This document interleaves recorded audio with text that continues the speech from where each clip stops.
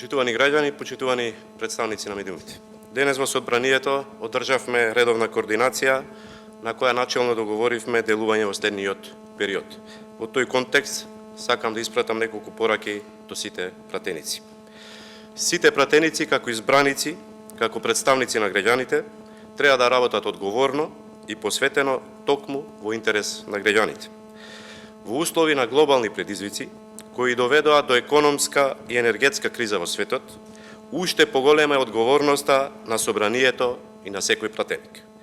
Очекувам секој пратеник со своето однесување да даде придонес за функционално и ефикасно собрание кое работи исклучиво во интерес на граѓаните.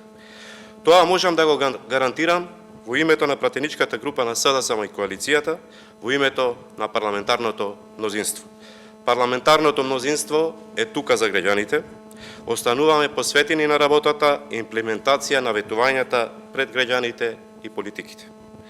Пратеничката група на ВМРО-ДПМН денес одби да присуства на денешната координација кај председател на Собранието.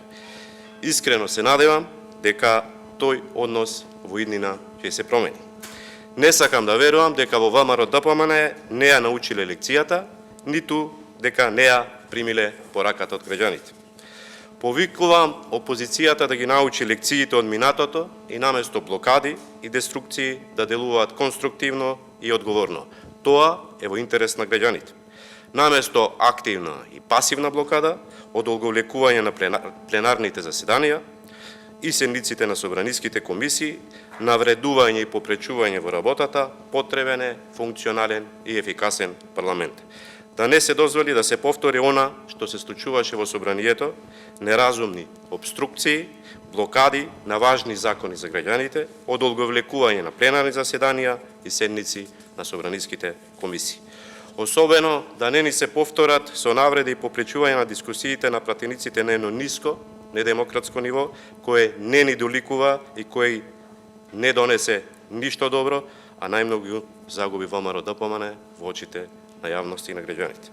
Се покажа дека ниту една деструкција, блокада или обструкција не може да вроди со плод, туку само се губи време и се трошат пари на граѓаните. Благодарам.